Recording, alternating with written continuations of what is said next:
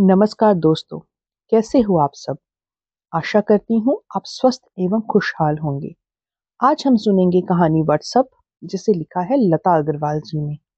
इससे पहले कि आप कहानी में खो जाएं, आपसे अनुरोध है कि आप चैनल को सब्सक्राइब कर लीजिए ऐसी ही और बेहतरीन कहानियां सुनने के लिए। तो चलिए कहानी शुरू करते हैं। काफी दिनों बाद आज घर में छुट्टी बिताने का अवसर मिला। सोचा कहीं बाहर ना जाकर घर में ही परिवार के साथ बैठकर किसी पिक्चर का आनंद लूंगा। हॉस्पिटल में नई नई पोस्टिंग हुई है, सो नए काम की थकन से कुछ रिलैक्स मिलेगा। मम्मी ने मनपसंद नाश्ता बनवाया। छोटी बहन अभी से प्लानिंग कर रही थी कि शाम को क्या करेंगे और क्या क्या मंगवाएंगे। तभी डोरबेल बज उठी। अजय बेटा, वह पड़ोस वाले भार्गव जी आए हैं। उनकी पत्नी की तबीयत खराब है, चाहते हैं तुम चलकर उन्हें देख लो। मम्मी ने ड्राइंग रूम में लौटते हुए कहा। कौन भार्गव जी मम्मी? मैंने दिमाग पर जोर डालते हुए पूछा। नई सभ्यता के शिकार हम देश विदेश की जानकारी रखने में बहुत रुचि रखते हैं, किंतु हमारे आसपास कौन रहता है इसकी जानकारी जरूरी नहीं समझते। वो जो 76 नंबर में रहते हैं ना, वही। मैं? मगर मम्मी, मैं तो चाइल्ड स्पेशलिस्ट हूँ। कोई बात नहीं बेटा, बुजुर्ग भी तो बच्चों के समान ही होते हैं, माँ ने मुस्कुराते हुए कहा। किंतु मैं तो उन्हें ठीक से जानता भी नहीं, मैंने टालने की दृष्टि से कहा। पद पाते ही हम भूल जाते हैं कि हमने सदा अपने कार्य के प्रति निष्ठावान रहने और बिना भेदभाव के कार्य करने की कसम खाई है। डॉक्टर के लिए जरूरी नहीं कि पेशेंट से कोई रिश्ता हो बेटा, जरा उनका मन रखने के लिए उनके साथ चला जा। बड़ी उम्मीद लेकर आए हैं। अच्छा, मैंने सोचा शायद उम्र के अनुसार ब्लड प्रेशर वगैरह होगा, जाकर देख आता हूँ। चलिए अंकल, मैं उनके साथ हो लिया। कोई 6-7 घर छोड़कर आलीशान बंगला था भार्गव अंकल का। वही बंगला जो हमेशा मेरे आकर्षण का केंद्र था। अक्सर आते जाते झूले पर बैठे इस दंपत्ति को देखकर सोचता कितने लकी हैं, भव्यता के बीच मजे से अपना बुढ़ापा बिता रहे हैं। संपन्नता, सुख दुख को नापने का एक यही पैमाना तो बना रखा है हमने। उस संपन्नता के तले दिल में कितने गहरे पैबंद हैं, हमें कहाँ दिखाई देते हैं। हमारी नजर भी हमारी शिक्षा की तरह भोथरी हो गई। यूं भी व्यवस्था ने न केवल हमारे घर आंगन को समेट दिया है, बल्कि हमारी संवेदनाएं भी सिमट गई हैं। दोनों के घरों के बीच की दूरी पार करते इतना जान पाया कि भार्गव अंकल आंटी को लेकर काफी फिक्रमंद हैं। कोई सीरियस मैटर लगता है। हम सीधे उनके बेडरूम में पहुंचे, जहां मिसेस भार्गव लेटी हुई थी। बाल बेतरतीब बिखरे से, कपड़े सल से भरे, चेहरे पर जमाने की उदासी समेटे। उन्हें देखकर कहीं भी उनकी भव्यता का एहसास नहीं हो रहा था। एक नजर में जाहिर हो रहा था कि मरीज अपने प्रति कितना बेपरवाह है। बाहर से खूबसूरत सी दिख रही जिंदगी की आंखों में कई सवाल थे। मैंने औपचारिकतावश उन्हें नमस्कार किया, जिसका उन्होंने कोई स्वागत योग्य जवाब नहीं दिया। बदले में भार्गव जी की ओर शिकायत भरी दृष्टि से देखने लगी, मानो शिकायत कर रही हूँ, क्यों ले आए डॉक्टर? मुझे उलझन हुई, लगा जबरदस्ती लाकर खड़ा कर दिया गया हूँ। फिर कर्तव्य बोध जागा। मैंने भी उसी औपचारिकता भाव से पूछा, क्या हो रहा है आंटी आपको? कुछ नहीं, यही तो रोना है कि कुछ होता ही नहीं है मुझको। ये कैसा उत्तर था, मैं समझ नहीं पाया। मैंने अंकल की ओर देखा, जहां मुझे लाचारी दिखाई दे रही थी। फिर भी आंटी कुछ तो बताइए। बस मन कुछ ठीक नहीं है, किसी काम का मन ही नहीं करता। काम क्या, अब तो जीने का भी मन नहीं करता। वे एक सांस में सब कह गई, मानो कोई बोझ है अंदर जिसे जल्द से जल्द उतार देना चाहती हैं। बड़ी विचित्र सी बात है, इतनी सुख सुविधाएं, ऐसा फिक्रमंद पति, फिर समस्या कहाँ होगी? मैं अपना डॉक्टरी दिमाग लगाने लगा। क्या आंटी को कोई बड़ा रोग है? हो सकता है, अक्सर बड़े लोगों को ही बड़ी बड़ी बीमारियां होती हैं। अब मेरे लिए चुनौती थी, कैसे एग्जामिन करूं पेशेंट को जो खुद कोई सपोर्ट ही नहीं कर रहा। मगर अपने छात्र जीवन में मैं सदैव नवीन शोध हेतु उत्सुक माना जाता था। मगर यह शोध का विषय मेरे लिए एकदम नया था। चुनौती थी। मेरे सामने जो शख्स है वह तो मुझे दिल का बीमार लगता है, और मैं ठहरा चाइल्ड स्पेशलिस्ट। फिर भी जीवन में ऐसा क्या है जिसकी वजह से वो इतनी निराश है? मैंने उनका ब्लड प्रेशर देखा, नॉर्मल से कुछ नीचे था, मगर कुछ खास चिंताजनक नहीं था। कुछ देर बात करने पर जो कुछ समझ आया, उसके अनुसार अंकल से बात करना ही उचित लगा। सोचा उन्हें एंटी डिप्रेशन का हल्का डोज दे देता हूँ, जिससे वे ठीक से सो जाएंगी तो शायद आराम महसूस करेंगी। अंकल आइए, मैं आपको कुछ दवाइयाँ दे देता हूँ। यह तो केवल बहाना था। रास्ते में मैंने कहा, मुझे लगता है आंटी को कोई बीमारी नहीं है, बस उनके भीतर कुछ है जो उन्हें ठीक नहीं होने दे रहा। जानता हूँ बेटा। आप जानते हैं आंटी को क्या टेंशन है? मैंने चौंक कर कहा। हाँ। फिर उसका इलाज क्यों नहीं करवाते आप? कोई इलाज हो तब तो करूँ ना। मतलब अकेलेपन का कोई इलाज हो तब ना। क्यों, फैमिली में कोई और नहीं है? है ना, हमारे 2 बेटे हैं। फिर क्या परेशानी है? क्या आप मुझसे शेयर कर सकते हैं? जरूर। बेटे, डॉक्टर से क्या छिपाना। दरअसल शिवानी, तुम्हारी आंटी, शादी के पहले एक मल्टीनेशनल कंपनी में बहुत अच्छे पद पर कार्यरत थी, किंतु बड़े बेटे के जन्म के बाद उसने मातृत्व मोह में एक पल का विचार ना करते हुए अपने पद से त्यागपत्र दे दिया। फिर दूसरा बेटा हुआ और शिवानी ने अपनी दुनिया को इन्हीं दोनों बच्चों के आसपास कैद कर लिया। उनका खान पान, पढ़ाना, स्कूल में विभिन्न प्रतियोगिताओं में उनकी भागीदारी रखना, उन्हें हर फील्ड में सक्सेसफुल देखना, बस यही आंटी का जीवन का मकसद बनकर रह गया। वह बच्चों में इतनी मसरूफ हो गई कि धीरे धीरे बाहर की दुनिया से कटने लगी। उस वक्त उसे अपने जॉब छोड़ने का कोई गम भी ना था। ठीक है ना अंकल, बच्चों को अच्छा जीवन देना माता पिता का फर्ज होता है। यह बात संभवतः मेरे भीतर का युवक कह गया। तभी अंकल ने मेरी बात पर गंभीर होते हुए कहा, तुम ठीक कहते हो बेटा, माता पिता द्वारा बच्चों के लिए किया गया दायित्व फर्ज ही तो होता है, और यदि बच्चे से कुछ अपेक्षा करें तो क्या वह कर्ज बन जाता है? बात पते की थी, पर मेरे पास कोई जवाब नहीं था। फिर भी मैंने उन्हें सहज करने की दृष्टि से कहा, अंकल, वक्त बदल गया है। उसके साथ साथ इंसान की प्रायोरिटीज भी बदल गई हैं।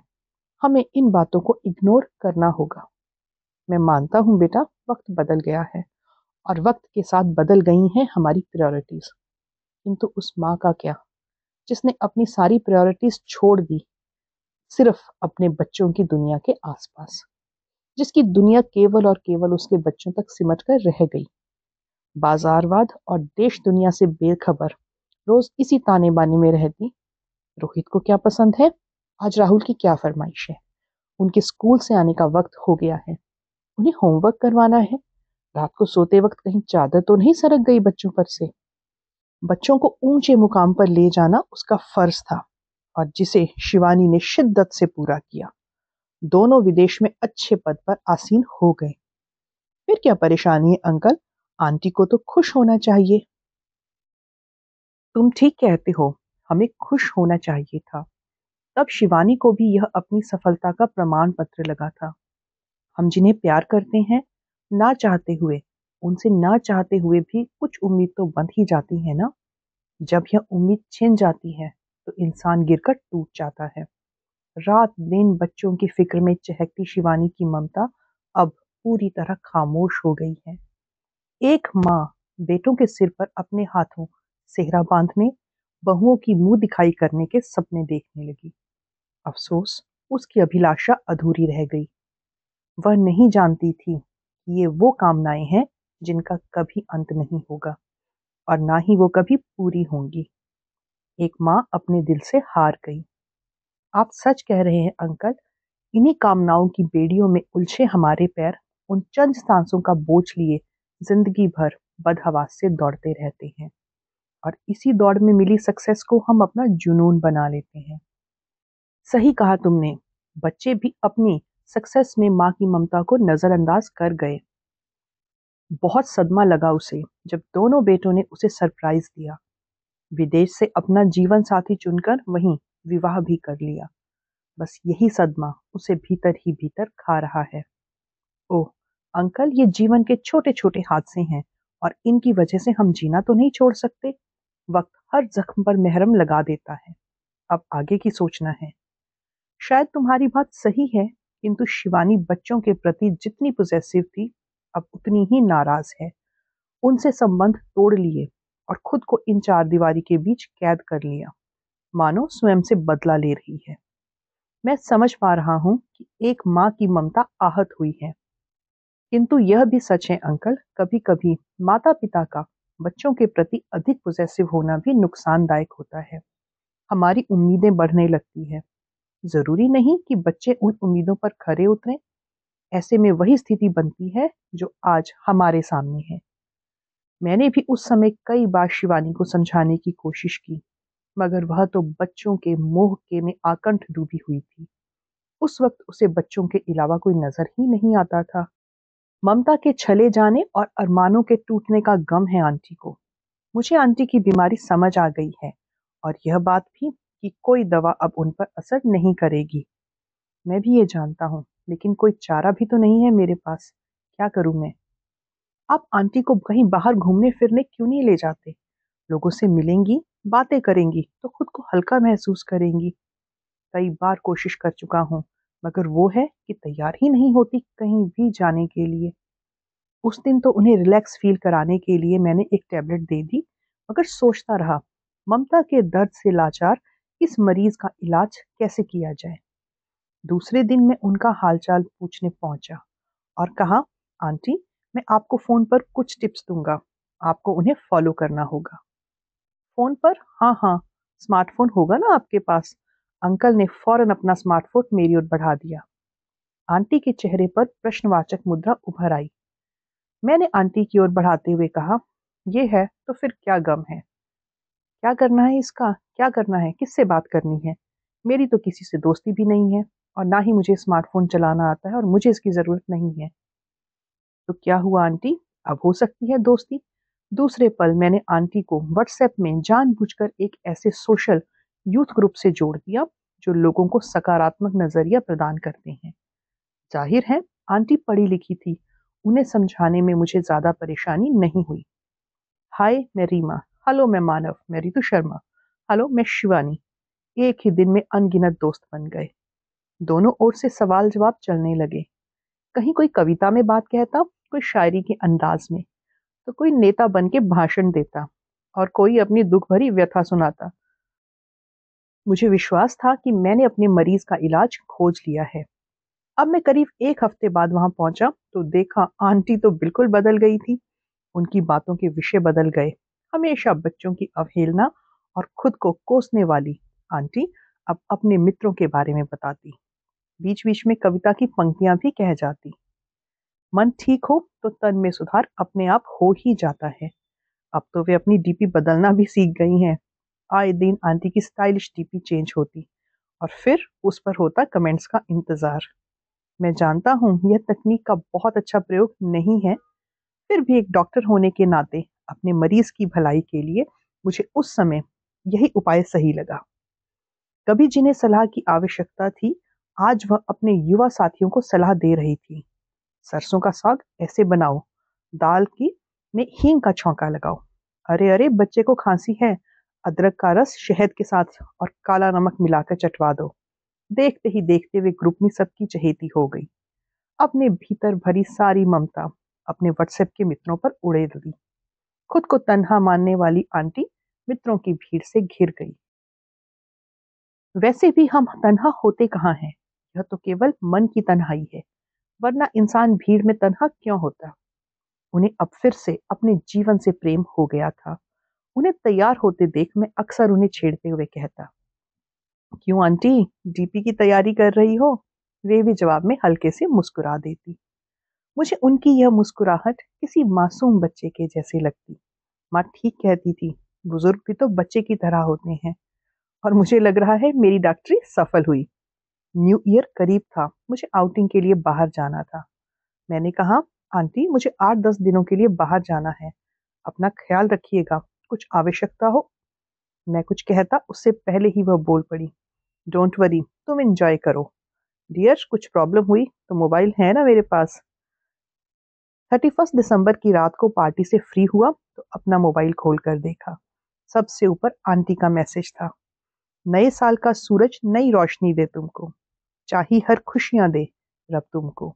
मिले अनंत आकाश, नए साल की खुशियां मुबारक हो तुमको। Happy new year. मेरा विश्वास और गहरा हो गया कि एक माँ अधिक दिनों तक अपने बच्चों से नाराज नहीं रह सकेगी। तो दोस्तों, ये थी आज की कहानी। कहानी कैसी लगी हमें कमेंट करके ज़रूर बताइएगा। अगर कहानी अच्छी लगी तो इसे लाइक कीजिए और शेयर कीजिए, और ऐसी ही और बेहतरीन कहानियाँ सुनने के लिए चैनल से जुड़े रहिए। तो मिलती हूँ फिर एक और नई कहानी के साथ। तब तक अपना ध्यान रखिए। धन्यवाद।